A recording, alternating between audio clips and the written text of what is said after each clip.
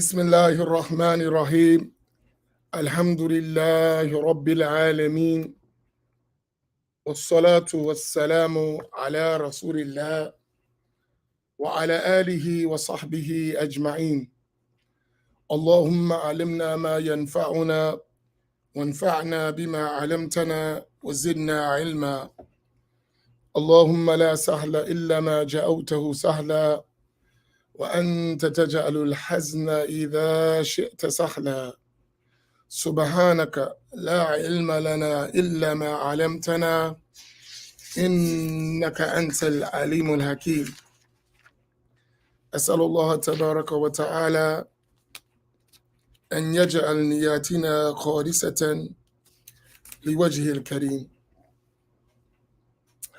I was yesterday after the Black Imams Roundtable. I had some deep thoughts about the topic. I think that was a very important topic, which was Imams who have not studied, do they have a role? So we don't have a lot of time to really delve into that issue like we needed to. And maybe we should do a part 2, even a part 3. Because there are many things about the religion that we need to learn before we even begin talking about building communities. Unfortunately, the cart is already before the horse, or the horse is already out the stable. So we're trying to fix it as it's already going. But I think there are some really important things that we must consider in our situation. And the biggest of them, which is the hardest, we haven't learned Islam properly. Right? I think that's a major issue. We have an Islam that is only foundational in the first foundation of the religion, which is from the heart level, we believe and we're Muslim, right? But in terms of everything else, it's all guesswork in reality.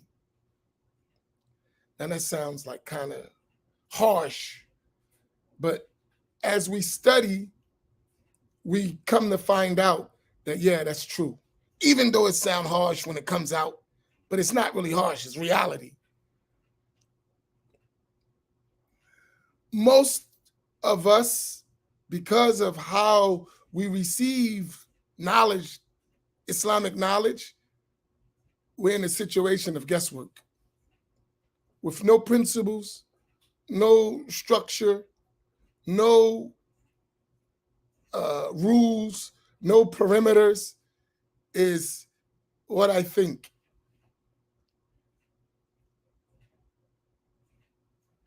And in Islamic tradition, I think doesn't really have a place. It doesn't. When it comes to the rules of the religion, it doesn't have a place. We need to actually know and understand. So you have knowledge, that's one level. Then there's understanding of what you know, another level, right? So we're trying to get there, which is a journey. So why am I mentioning this? So when we're talking about imams who have not studied, there's going to be some understandable outcomes from someone who hasn't studied that are going to lead to the situation we see. So we have to step back and get to the study part, how to study, what to study, and then understand that. Am I making sense?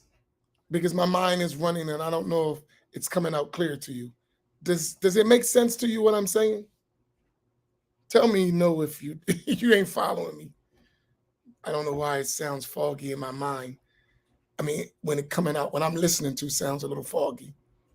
Is it making sense to you or no? I'm not afraid for you to tell me I'm making no sense. But I need you to understand my point.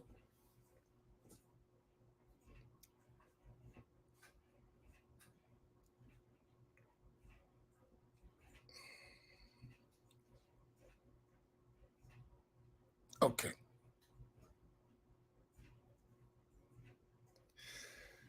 So when you look at the average imam, and this is related to the lesson I'm going to give today,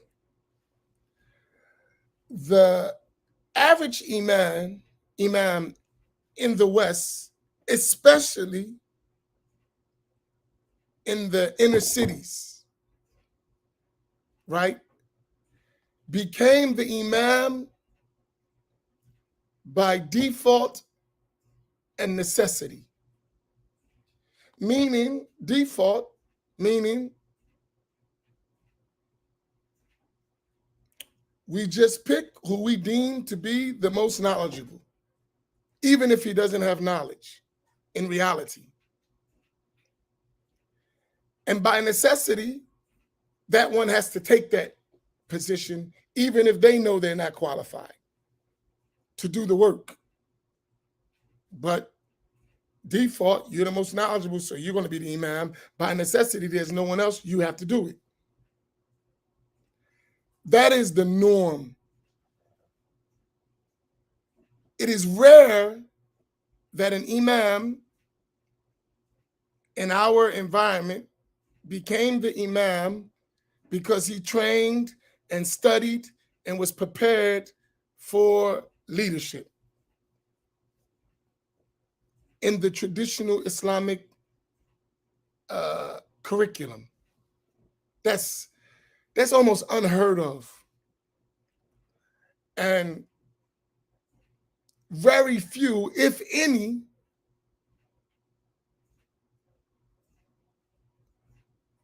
do I know that were actually trained like that.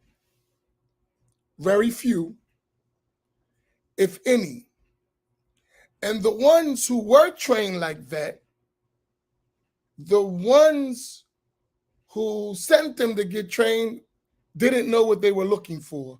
So even in the training, they didn't get what they needed to do the job.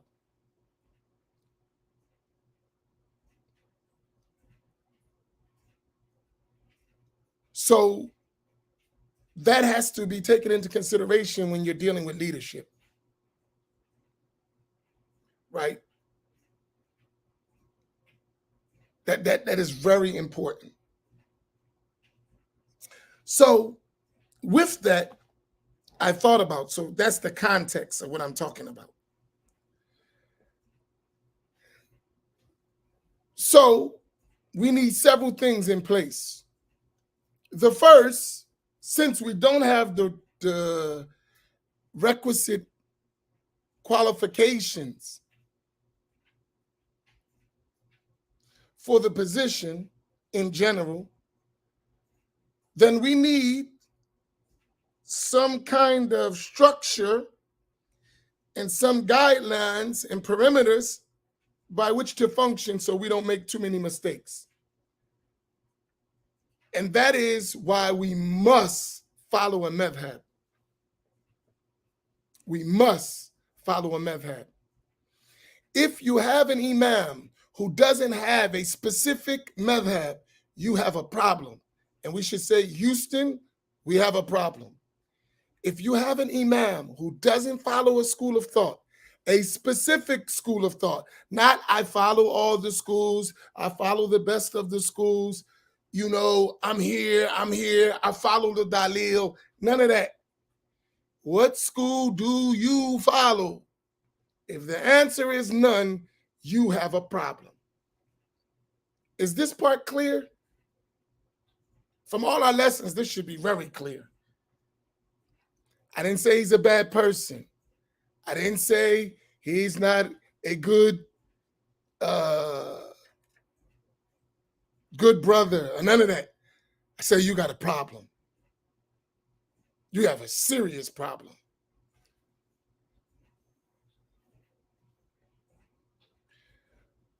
Why do I say you have a serious problem? It's because there's no real guidelines. The guidelines is his desires, and that's dangerous. It's dangerous in general because he's not qualified. He's not trained. He hasn't really studied. What makes it more dangerous is he doesn't have any guidelines.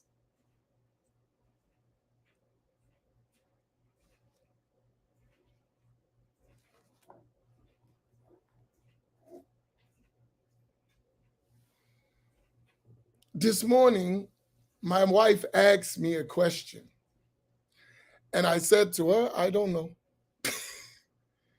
And the question might have been obvious for someone else. But I said there are details to this question, and there are exceptions, and there are conditions and qualifiers, and I have the slightest idea. I have to go check, and I need to ask.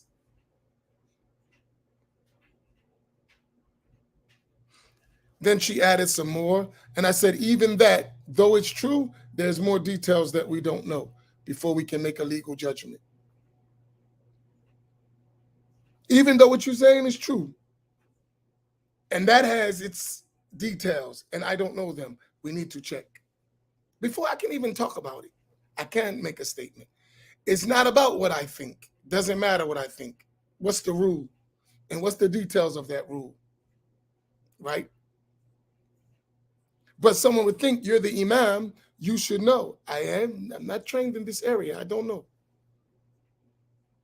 I have some general knowledge. You can't make legal rulings on general, I think, knowledge. It doesn't work. What's the rule? I don't know. I have to go check. Now, and I actually can check. I can actually ask. I have real teachers within the school. What are the different positions in the school? What are the conditions? What, right? What about the one who doesn't have that access? If he doesn't have severe taqwa to say, I don't know, and I don't have access to the knowledge, you have to go ask someone else, and he makes a legal judgment, this is a problem. Which is the case of a lot of imams that don't have access. Right? So, one of the things in such a situation that we need to have an understanding of and eventually abundant access to is the issue of dispensation and strictness in religious rulings. Since that's the case, we need to have an understanding and access to dispensation and strictness in legal rulings. And I wanted to just read that and then put it in some kind of context for us, right? So the first basis is for safety for us, you must follow a school. All of us. Anytime you hear a person say, I don't follow a school of thought, and they're not a mujtahid, you got a problem. Automatically know they're going to make a lot of errors. Plenty of errors with no way to rectify those errors. Because actually, their desire becomes the final say, which is not based on sound knowledge or legal principles. It's just what I think and what I've deduced. And what you deduce, you're not even qualified to deduce. Do y'all understand how important this part is, this point? to really understand it. Are y'all following me? How important this point alone is. It's extremely important to understand.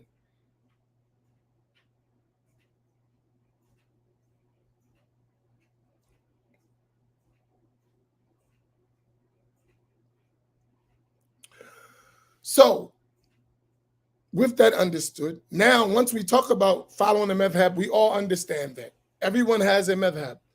And we said the madhab that you would choose is where you have access to learn it, whatever madhab that may be, right? So that's how you're going to choose your madhab. What madhab I follow? Which one is available for you to learn the rules of the sacred law from A to Z? Then that's the one you follow, right? With that being said, so that's our foundation. Now let's read about this dispensation and strictness. Go ahead, Bismillah. We're on page number 37 of the Reliance of the Traveler. Go ahead. Bismillah ar-Rahman ar-Rahim. Alhamdulillahi Rabbil Alameen. Wassalatu wassalamu ala Rasulillah. The author, may Allah Ta'ala have mercy on him, said, dispensation, ruqsa, and strictness, azima. Abdul Wahab Khalaf. Strictness is what Allah Ta'ala initially legislates of general rulings not concerned with one circumstance rather than another, or one individual rather than another. Let's think about this one. Whenever we have strictness, al-azima, that's going to say what is the rule in the religion, the law of Allah Tabaraka wa Ta'ala, or from his messenger sallallahu alayhi wasallam, as it is, not in any context, in terms of one situation rather than another, or one individual person as opposed to others, right? That's just the rule. And this part is the foundation of legal rulings. The legal ruling normally is the strictness, right? Without considering any details. This is the rule.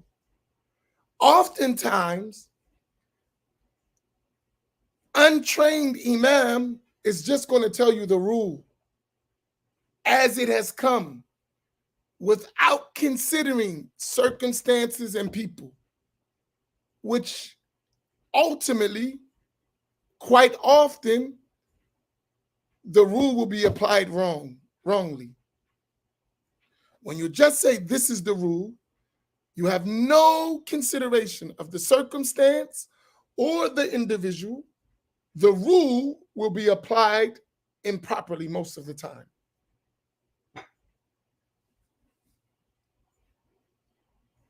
Right? No legal jurist, no faqih, no mufti would ever do that. No, let's say, and when I say faqih or mufti, jurist, legal jurist, or one who's giving a legal verdict, because that person is trained and they already know that whenever you have rulings, you always consider circumstance and individuals. Not all circumstances are the same, and not all individuals are the same. Is this point clear? The rulings don't change as its foundational rule. This is the rule. But when it's applied, it may vary from circumstance to circumstance and individual to individual in some cases. Everyone got that rule? That's very important. Okay, go ahead. Dispensation is when what is normally forbidden is made permissible because of necessity or need. For example, or you can say in another way, it don't always have to be forbidden. You can say in another way The stronger ruling, because of circumstance or individual, would be not taken, and the weaker ruling in terms of its evidences and proofs may be taken instead of that stricter ruling, right? So that it doesn't have to always be unlawful necessarily. For example, if someone is forced to make a statement of unbelief, kufr, it is made permissible to ease his hardship for him to do so as long as his faith remains firm in his heart. So this is an extreme case, right? Someone, it's normally unlawful to utter a word of disbelief, unbelief. But if someone is threatened by life, right, their life is threatened, in this case, they could utter it so long as their heart remains firm, right? And this is example in the time of the companions with Sayyidina Ammar ibn Yasir. This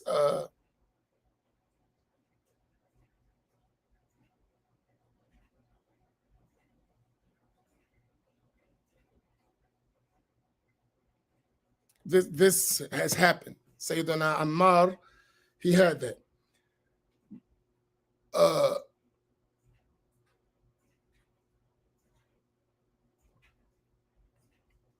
So this is one case, right?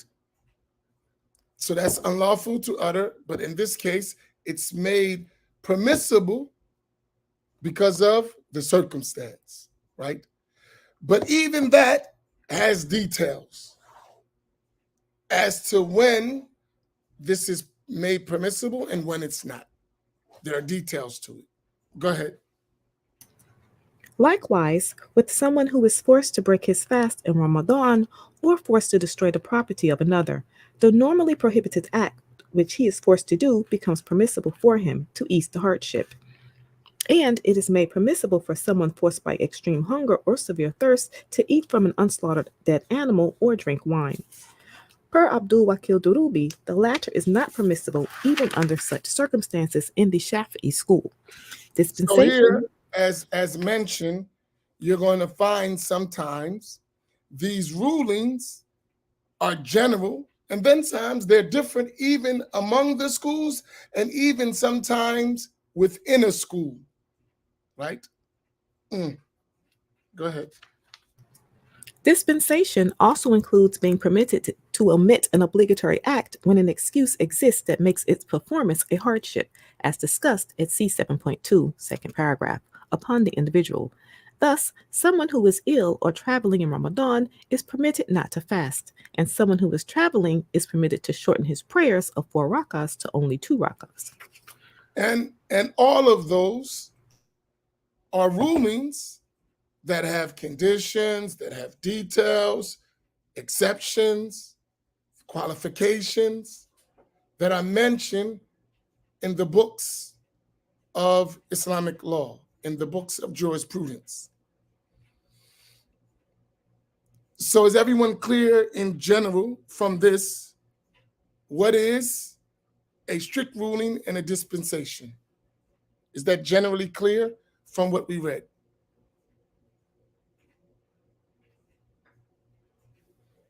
I wanted to make sure you follow me because I'm getting somewhere with this.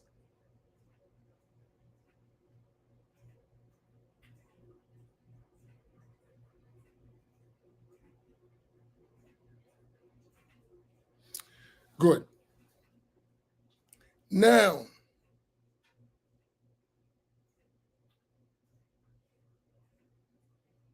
let's read the next one, then I'll come back to that point. Then I'm going to add. Go ahead. Since it is permissible for a Muslim to follow any of the 4 Imams in any of his acts of worship, comparison of their 4 differences. Imams, meaning their schools, the Hanafi school, the Maliki school, the Shafi'i school, and the Hanbali school. So when we say the 4 Imams, that doesn't necessarily mean the imam himself. It means his school, right? Because when you follow a school, you're not necessarily always following the legal deduction or ijtihad of the imam himself. Sometimes the stronger opinion or the relied upon opinion in the school is not the opinion of the imam himself. So when we talk about the imam, we mean their school. Go ahead. Comparison of their differences opens another context for discussing dispensation and strictness, a context in which classical scholars familiar with various schools often use the term dispensation to refer to the ruling of the school easiest on a particular legal question, and strictness to refer to the ruling of the school that is most rigorous. So now you're talking within a school. So you have strictness and dispensation in the sacred law in general. Then you have inside of a particular school, in terms of legal judgments and rulings, strictness and dispensation. Okay. Then you have a broader sense of strictness and dispensation between the four schools. So you have one, it's understanding in the Sharia altogether, strictness and dispensation. Then within a particular school, strictness and dispensation. Then between the schools, strictness and dispensation. Go ahead. Which school this is varies from question to question. The following entry discusses how and when it is permissible for ordinary Muslims to use dispensations in the sense of following easier rulings from a different school, while entry C6.5 discusses the way of greater precaution, al-ahwat fid-din, taken by those Muslims who purposely select the strictest school of thought on each legal question because of its being more precautionary and closer to God-fearingness, taqwa. Okay, go ahead. Scholars frequently acknowledge that the difference of the Imams is a mercy, and their unanimity is a decisive proof. Sheikh Omar Barakat, the commentator of Umdat al-Salik, says, "It is permissible to follow each of the four Imams, Allah Ta'ala be well pleased with them, and permissible for anyone to follow one of them on a legal question and follow a different one on another legal question. It is not obligatory to follow one particular Imam on all legal questions." So here, what we're going to understand that the scholars of Islam, when they talk in terms of following, they're talking within the four imams for common people. Because according to them, to follow other than the four imams in legal rulings, in court rulings, in judgments, in one's personal works is not permissible, right? So the context of the discussion is always within the four schools, and consensus is known as consensus within the four schools. Go ahead. This does not, however, imply that it is lawful to indiscriminately choose dispensations from each school, or that there are no conditions for the above mentioned permissibility. Which is important is that one, the reason why that's mentioned is that one should never make their religion a game where you just pick and choose whatever you like based on a desire within yourself. So in order that religion does not become a game, they don't allow for one to just pick the easiest ruling out of all the schools, which is a way to avoid, in reality, moral responsibility. Imam An-Nawawi, rahimahullah, was asked for a formal legal opinion on whether pursuing dispensations in such a manner was permissible. Question: Is it permissible for someone of a particular school to follow a different school in matters that will be of no benefit to him and to seek out dispensations? He answered, Allah Ta'ala be well pleased with him, "It is not permissible to seek out dispensations," meaning it is unlawful that the person who does is corrupt, fasik. And Allah Ta'ala knows best. Okay, right. But when forced by necessity or hardship to take such a dispensation, per Abdul Wakil Durubi, even retroactively, as when someone has finished the action and then makes the intention to have followed another Imam's school of thought on the question, then there is nothing objectionable in it, provided that one's act of worship together with its prerequisites is valid in at least one of the Requisites schools. meaning shurut, its conditions. Go ahead. One may not simply piece together tawfiq, constituent parts from various schools in a single act of worship, if none of the schools would consider the act valid. An example is someone who performs an ablution that is minimally valid in the Shafi'i school by wetting only a few hairs of his head in the ablution sequence, something not permitted by the Hanafis, and then prays behind an imam without himself reciting the Fatiha, something permitted by the Hanafis but not Shafi'is. His ablution, the necessary condition for his prayer, is inadequate in the Hanafi school, and his performance of the prayer is inadequate in the Shafi'i school, with the result that neither considers his prayer valid, and in fact it is not. Whoever follows a ruling mentioned in this volume from another school must observe the conditions given at W14 and make sure his worship is valid in at least one school, which for prayer can best be achieved by performing all recommended measures in the present volume relating to purity, for example, E5, E11, and so on, as if obligatory. So here, as you notice, that what is called for the person is to be within the school, and even when one follows different rulings from another school, that one understands the conditions, the integrals, and the valid invalidators in that ruling according to that school that one is following. It's not just I'm following a ruling from a school with no knowledge of the rules related to that ruling according to that school. So, as you will understand from this discussion, even when we're talking about following other schools in terms of looking for dispensations because one is not able to do it to one school, one still needs to have some perimeters, some guidelines in order to do that. It is not left to just pick and choose with what one likes. Mm.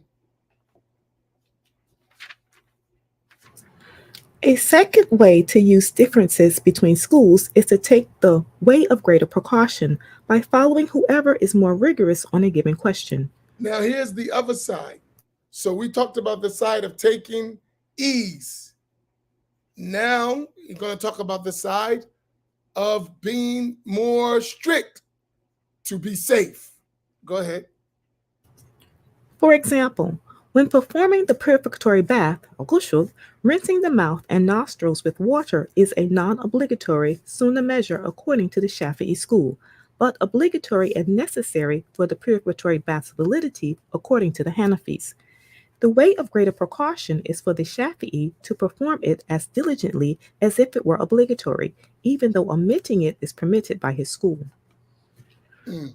Abdul Wahab Sharani. And Abdul Wahab al-Sharani, rahimahullah, he wrote his book, Al-Mizan al-Kubra, right, in which he looked at the four schools, right, as a scale by which you weigh strictness and dispensation. That all of them make up the sacred law, as Shariatul Muhammadiyah, and each school has a way to weigh between strictness and dispensation, and in such a way that those four schools make up the sacred law. Mm. My brother, when you first hear of the two levels of this scale, per narrator, dispensation and strictness, beware of jumping to the conclusion that there is absolute free choice between them, such that an individual may without restriction choose either dispensation or strictness in any ruling he wishes. It does not befit a person able to perform the stricter ruling to stoop to taking a dispensation permissible to him.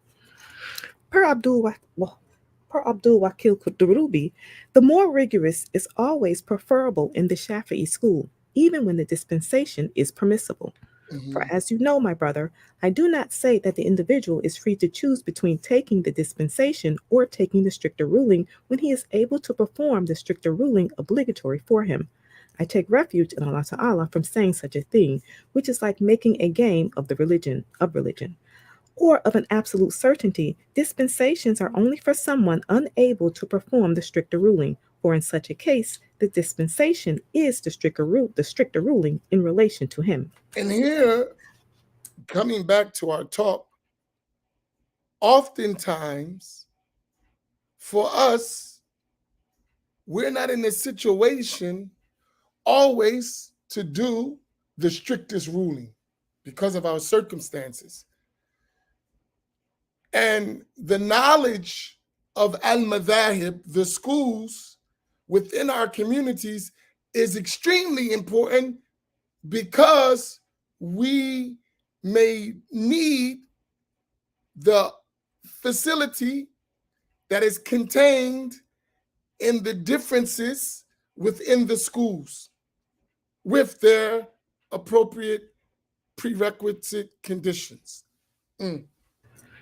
Moreover, I hold that mere sincerity and honesty demand of anyone who follows a particular school not to take a dispensation that the imam of his school holds is permissible unless he is someone who needs to, and that he must follow the stricter ruling of a different imam when able to, since rulings fundamentally refer back to the word of the lawgiver, no one else. This being especially necessary when the other imam's evidence is stronger as opposed to what some followers do. We find among the dictums of the Sufis that one should not follow a position in sacred law for which the evidence is weaker, except when religiously more precautionary than the stronger position. For example, the Shafi'i opinion that, per the narrator, a male's ablution is nullified by touching a girl who is a child or touching the nails or hair of a woman. Though this position is considered weaker by them, per the narrator, than the position given at E73, it is religiously more precautionary, so performing ablution for the above mentioned things is better. Per Abdul Wakil Durubi. Because more rigorous rulings necessarily meet the requirements of less rigorous ones, though not vice versa, following more rigorous rulings from another school is unconditionally valid, unlike following its dispensations, and Allah Ta'ala knows best. So, with this understanding, uh,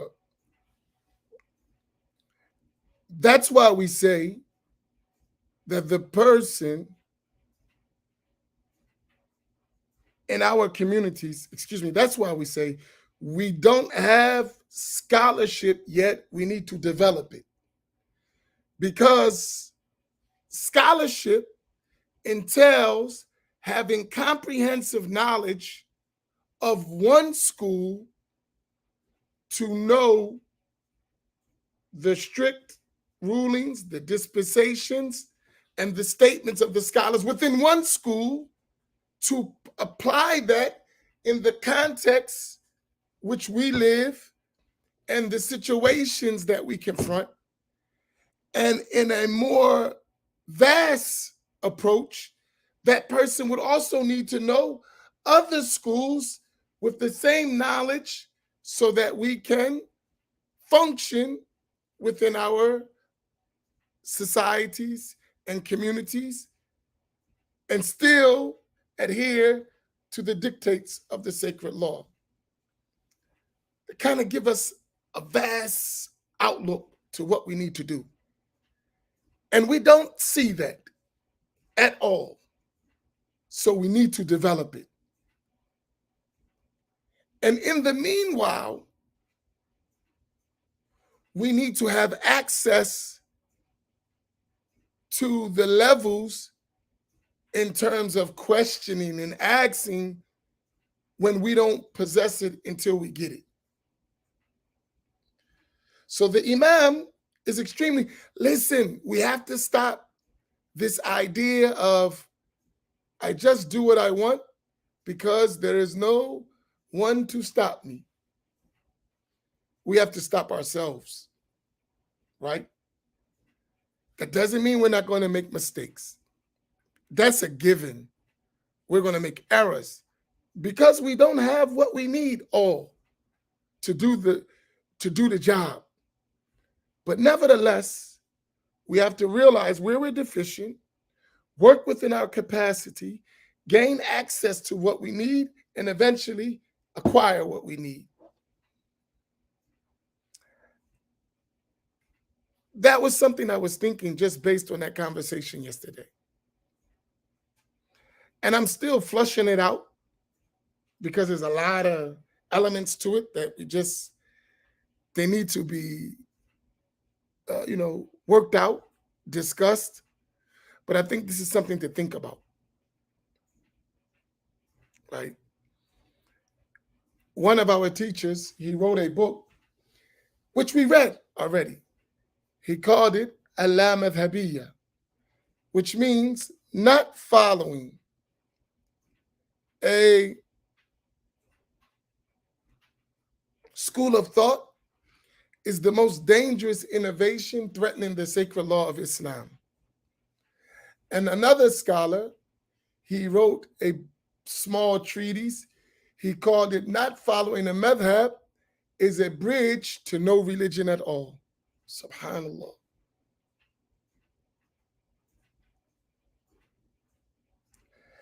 And for us, access is a big problem. Access is a big problem. We need access to information that will improve our practice in terms of the sacred law.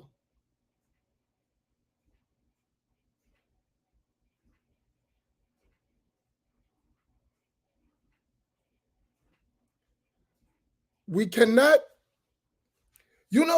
someone asked me, I'll share this with you. It's a test. Sometimes it's very difficult to join between respect and honesty or truthfulness in our communities. Because honesty and truthfulness about our reality oftentimes is taken as disrespect. What do I mean by that?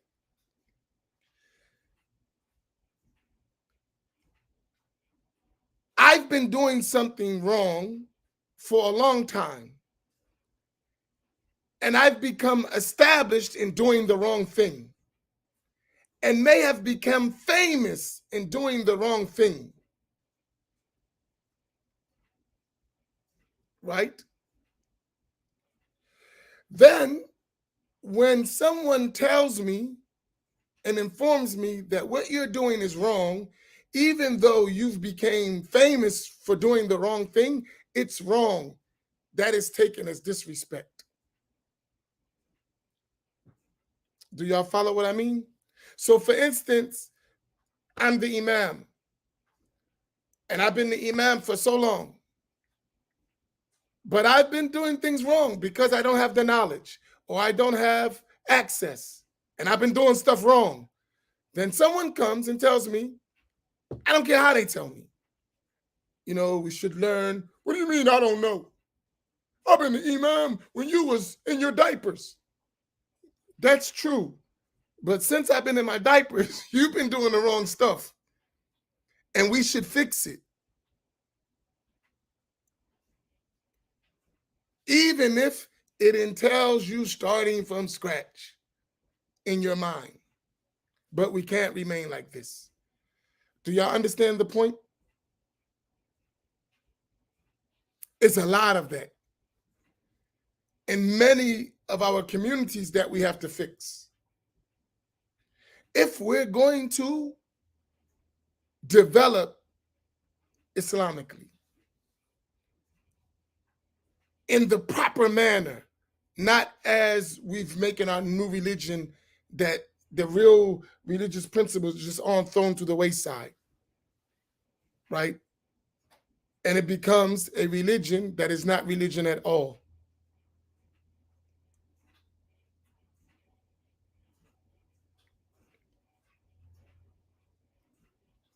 Do you follow? Don't let, and I don't mean anything offensive by this, but I do mean what I'm saying. Don't let Islam become like Christianity has become in the West, right? From our side, do our best to not let Islam become like Christianity has become in the West. What is Christianity in the West? The wild, wild West. Everyone does whatever they want. There's no rules. There's no rules. Everyone just, today, if I want to open up a church and just go for it, I can be, wal iyadhu billah, let me say this, a person could be a Muslim Christian, whatever the heck that is, and it will be accepted as valid. What is a Muslim Christian? Is a Muslim who has a church and teaches Christianity according to his Muslim understanding. And that will eventually be accepted as Christianity.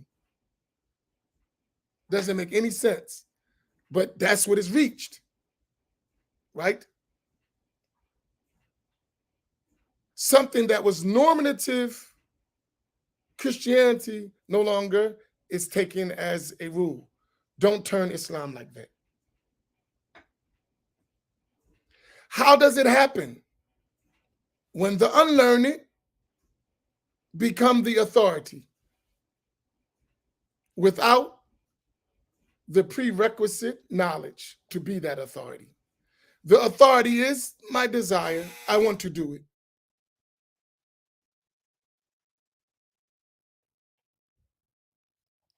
Do you follow? This is important. And if we look in long term, we have to change this narrative. So with that, this is a process. We're doing it. So let me take some of your questions. And I'm saying all these things based on the conversation we had last night. I think it's essential to understand these things. And if you notice, over the last couple of days, we've been raising the bar in our conversations over the last couple of weeks. So we had different teachers who did some studying, and they started talking about curriculums. And one of I thought was one of the most thought-provoking conversations that we had in terms of what I'm talking about right now was the talk of Sheikh Harun and how he laid out the Maliki madhab. And we would find that many of us who claim to follow a madhab, the Maliki madhab, and I know a lot of us, they even at the first level, but they're talking about a Maliki.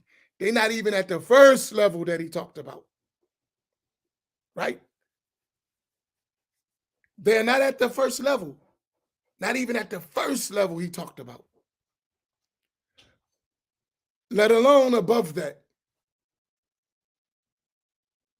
And he went all the way up in his explanation, very high, to the level of jurists.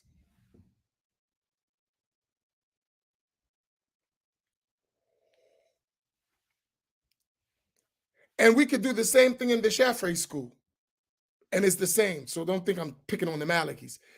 If we do the same curriculum in the Shafi'i school, you'll see where we really at. We're not there. Or in the Hanafi school. In our communities, we're not there. So we have a lot of, and we ain't even talking about the Hanbali school. That's nobody even follows that hardly. So that's not really a discussion. But in the three schools that are mainly followed in our community, none of those levels are met. And the worst thing The worst thing, the worst thing about that is we don't even realize it. And it's become commonplace that we accept that. We can't. And that's why I speak about it. Right? And I'm in the boat with you. I'm saying, listen, this boat got a hole in it and it's sinking. And someone's saying, we still floating. I know, but it got a hole, it's sinking, bro. Right now it look like we floating. We continue this, we all gonna drown. You keep saying, look, I'm on the water and I got my boat. The boat got a hole. The further we get out, we're gonna drown. We gotta fix this hole. But some would concentrate on the fact that we're going somewhere, but we're not realizing as the water get deeper, the further we get out, this is going to become a problem. Right now, it don't mean anything because we're in shallow waters, but we keep getting out in the water.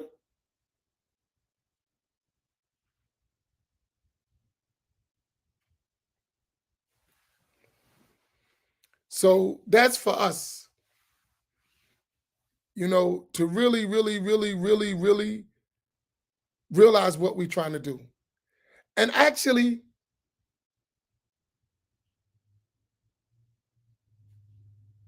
prepare ourselves for that if we're going to build for tomorrow.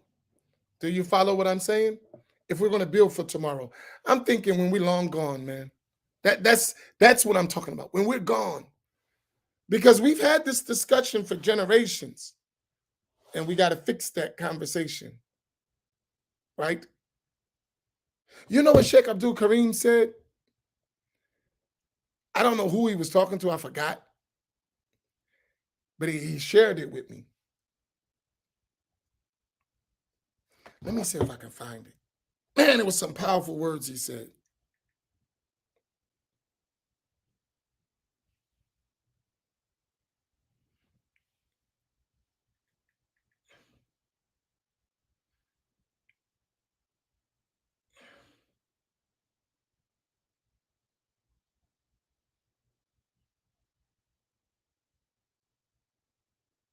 Someone asked Sheikh Abdul Karim, I'll share this with you,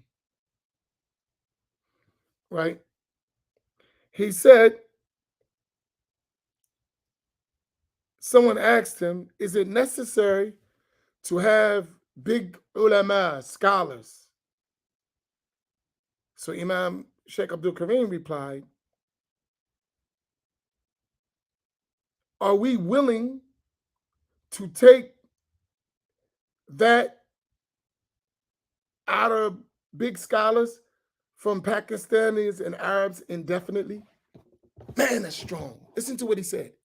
So the person is asking, y'all putting too much on it, right? Basically, we don't need big scholars like that. And then he asked the reverse question. We have to ask ourselves, are we willing to take our knowledge, that level of knowledge, from Pakistanis and Arabs indefinitely? Wow, that's strong. I want you to think about that. Let me translate how I understood that. Are you willing to be a slave to others for the rest of your life because you don't have something? That I know that's a harsh way to think about it, but that's how I understood that.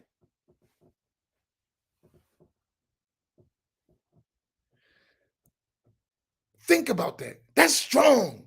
You got to ask yourself, for the rest of our existence, are we going to be relying on others to teach us our religion because we refuse to learn and we don't consider it a value? Because we do need the judgments. So forever, we're going to be asking others, what's the legal ruling? Because we don't know. Because we lowered the bars so much where it's impossible for us to know. Think about that.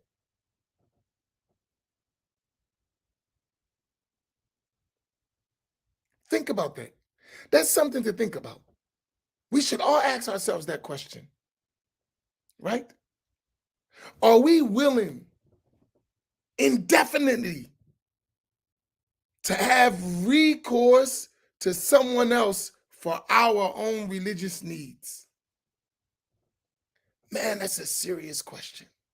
That's heavy. Think about that. That's a powerful answer.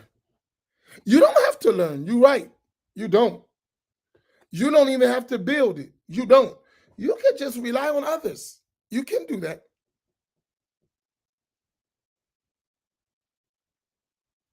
And if you're not willing to do that, then you got to do it, whatever it takes, and the pain it may take to develop that.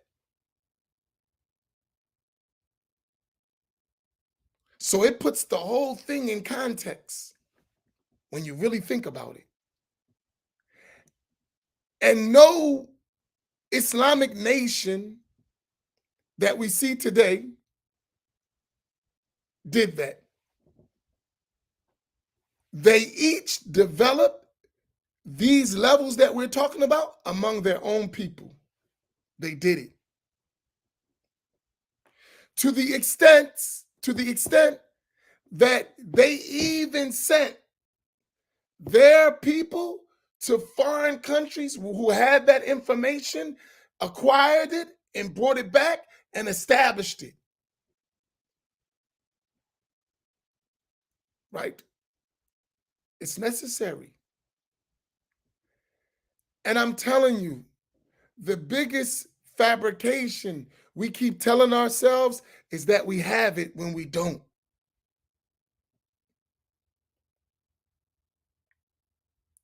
The biggest fabrication that we keep telling ourselves is that we have it when we don't.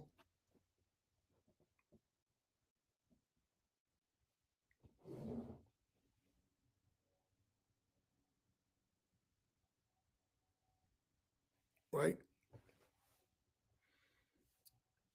So if I answer that question of how many do we need to go overseas, you ask yourself, how much do we need to fill the gap? That's the answer. How many do we need to go study? Ask yourself, how many do we need to fulfill the gap? To fill the gap, rather. That's the answer.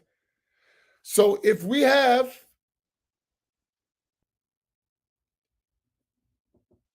this many people, this is the need of this many people, then we need so many to do that. Ask yourself the same question in the worldly sciences. You're in a town, how many doctors do you need? How many qualified doctors do you need? You're going to look at the need of the people to fulfill it, to fulfill their needs.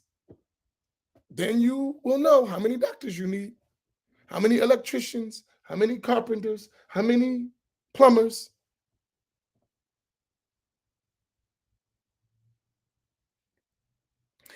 And we can always make excuses while we are lazy.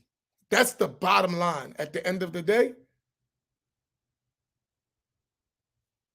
stop being so lazy and do what we have to do. That's the bottom line. And that's going to take time. It's challenging. It's hard. It's not easy, but it must be done. And the biggest hindrance to doing it is our own perception of reality, which is not real. Because we sometimes think we have what we need and we don't. It's not real. We have to get it.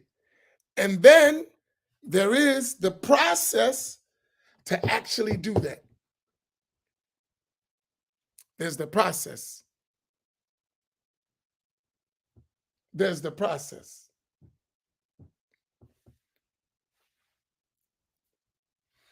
But the biggest step is us knowing what we have to do, I believe. In my honest opinion, the biggest step is at least we know what we have to do. Now doing it and how to do it, the methodology, the system, All that needs to be further worked out, and it's going to be a little trial and error in that, right? There's going to be a little trial and error, right? Because there is some groundwork that we have to do in our own communities that has nothing to do with scholarship. We have to learn to work together. We have to learn to support one another, like we're doing on this platform. We're supporting one another. We're sticking together, and we become like a tight-knit family, where others who are not in our mindset, we don't let them interfere, right? Hey, Farouk, are you still here? I'm going to show you what I'm talking about. I'm getting ready to mess with Farouk real quick. It's important, though. Farouk, are you here? Where you at? Everyone gets busy when it's time to step up to the plate. Where you at? Stop hiding. I saw you out there. You're here. Did you send that $70 in? Did the message get to you from last night's Black Imams Roundtable? I'm a different type of imam, y'all. I don't mind being on the spot, all of us together. Did you get the message for the $70?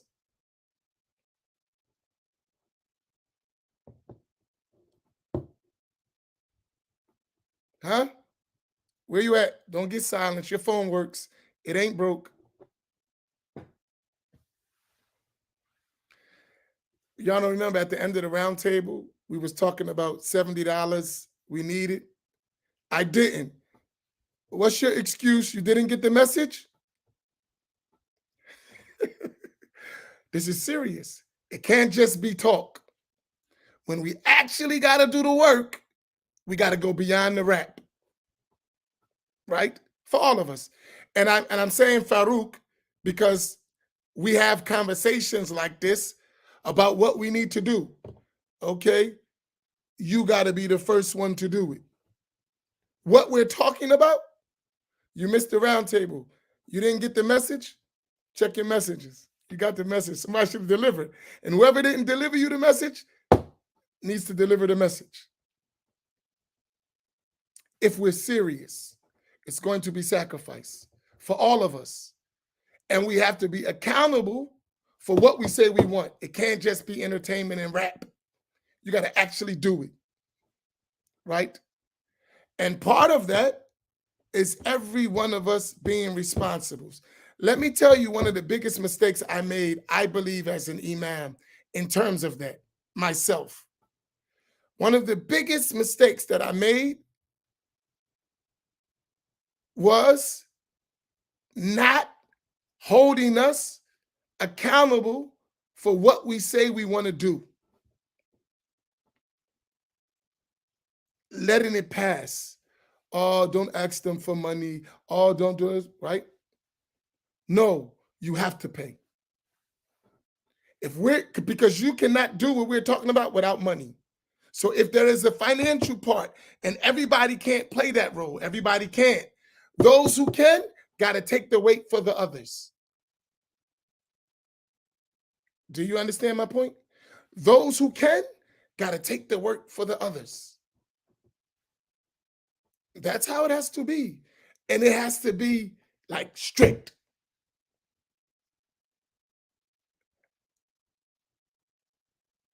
It has to be.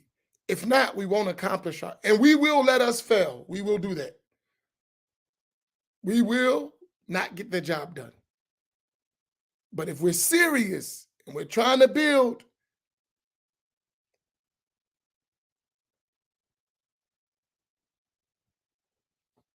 we got families overseas right now, people, the whole entire family, right? We got students, board, men, women. We have to support that. And that's long term.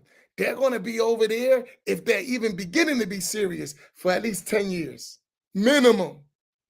Less than 10 years, it was just a vacation.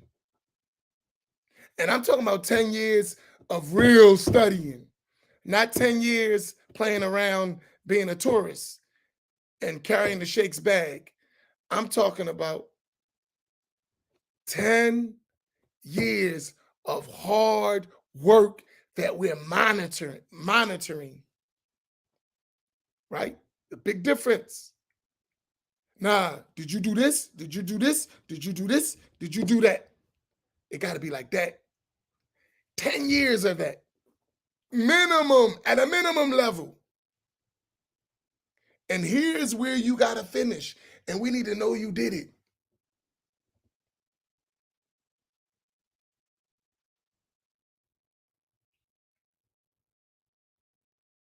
Do you follow what I mean? It's a serious matter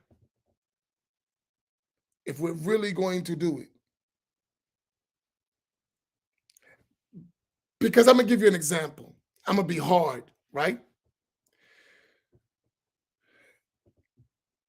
The group that we have right now that went over study, they're not it. They ain't even close. The whole entire group that went overseas to study, that came back, they not even close to what we need. There is a step, but they're not even close to what we need.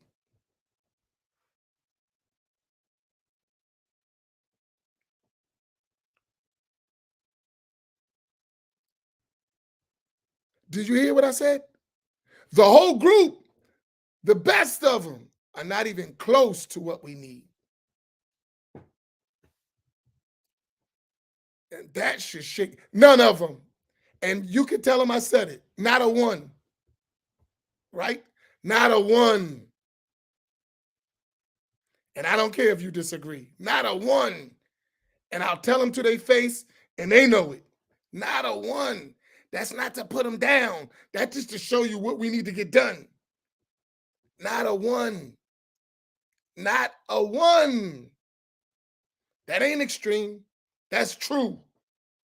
As I told you before, if a guy got a bachelor's, don't tell me he got a PhD in your own mindset. We need PhDs. He got a bachelor's. He's not it. And what I'm talking about is higher. What we just read is higher than a PhD. The guy who got a PhD in Islamic studies can't do what we just read. Do y'all hear what I said? What we just covered today in terms of dispensation and strictness, the guy who graduates from an Islamic university with a PhD is not qualified to do that. Now, do you understand what I'm talking about? Did you hear what I just said? The guy who graduates with a PhD from today's modern Islamic universities is not qualified to do what we just read. It's not something light. We have a lot of work to do. And that doesn't put the person down. It doesn't. It just shows what we need to do to get where we need to get. That's generational. We most likely won't live to see it. We got to put it in motion. Right? We got to put it in motion.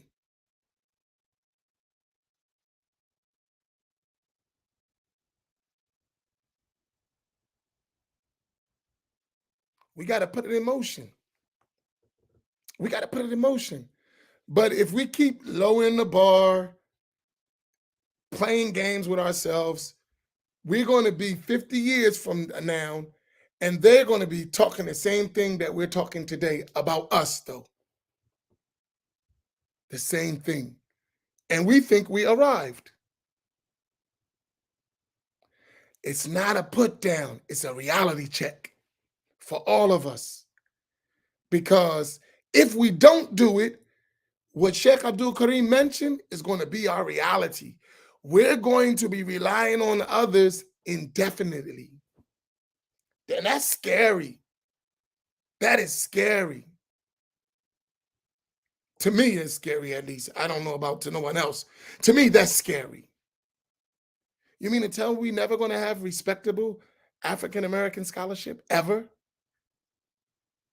That's scary, man. Then that means our situation is never going to be taken into consideration. in a qualified manner. That's scary. That's not something that I'm looking forward to seeing.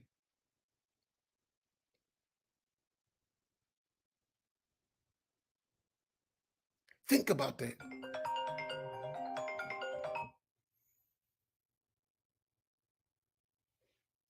So it's serious, right?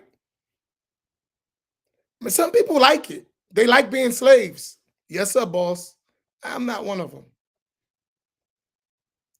It disturbs my soul, honestly. And we complain about it, but we keep doing everything that perpetuates it. Man, we ain't going overseas to study. We don't need to go over here. Look, we got our own stuff. But you keep putting yourself in a position where you got to keep asking. That doesn't make sense. You're not doing what you need to do to change the situation. We're perpetuating the situation. That's scary, man. And anyone who has children and grandchildren or great grandchildren that's been in this country and Muslims should see the plight and should feel that, hey, we got to get busy. We got work to do.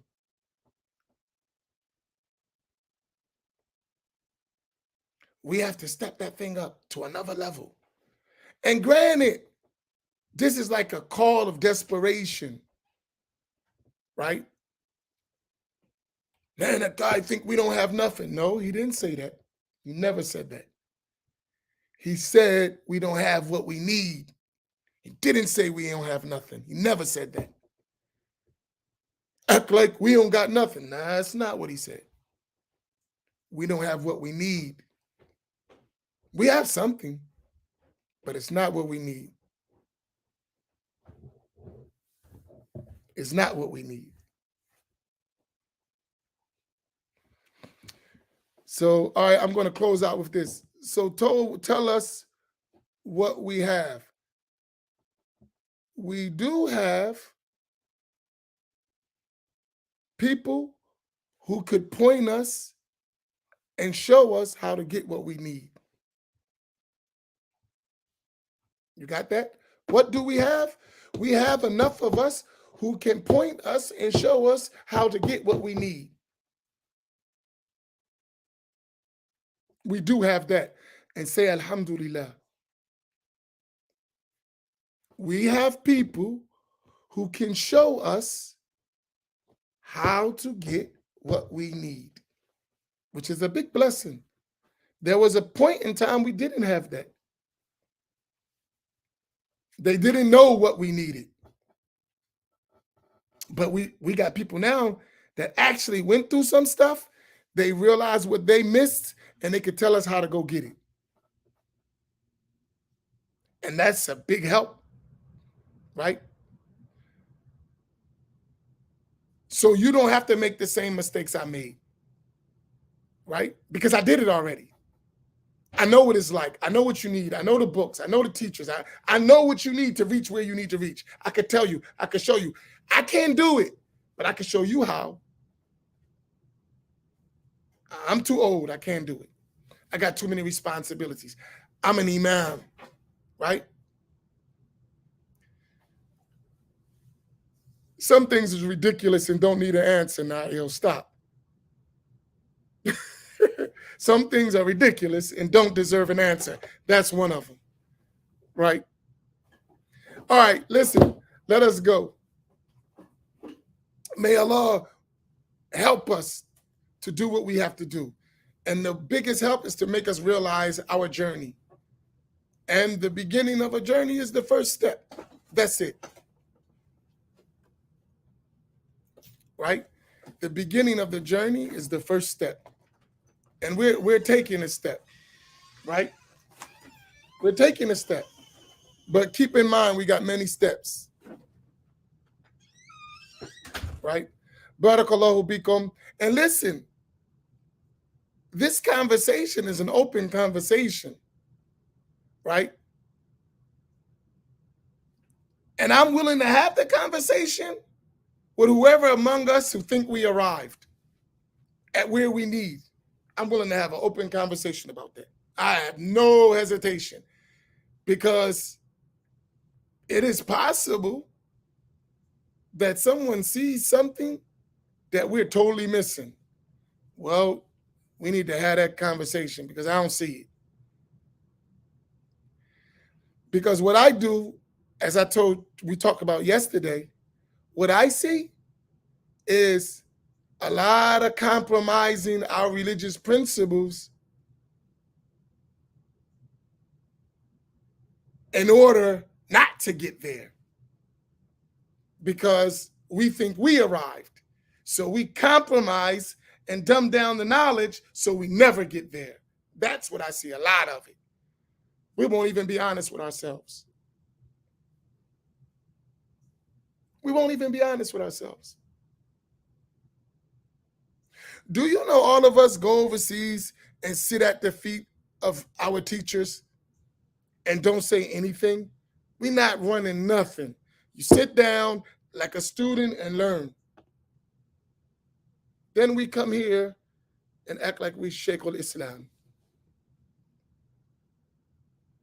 We sit down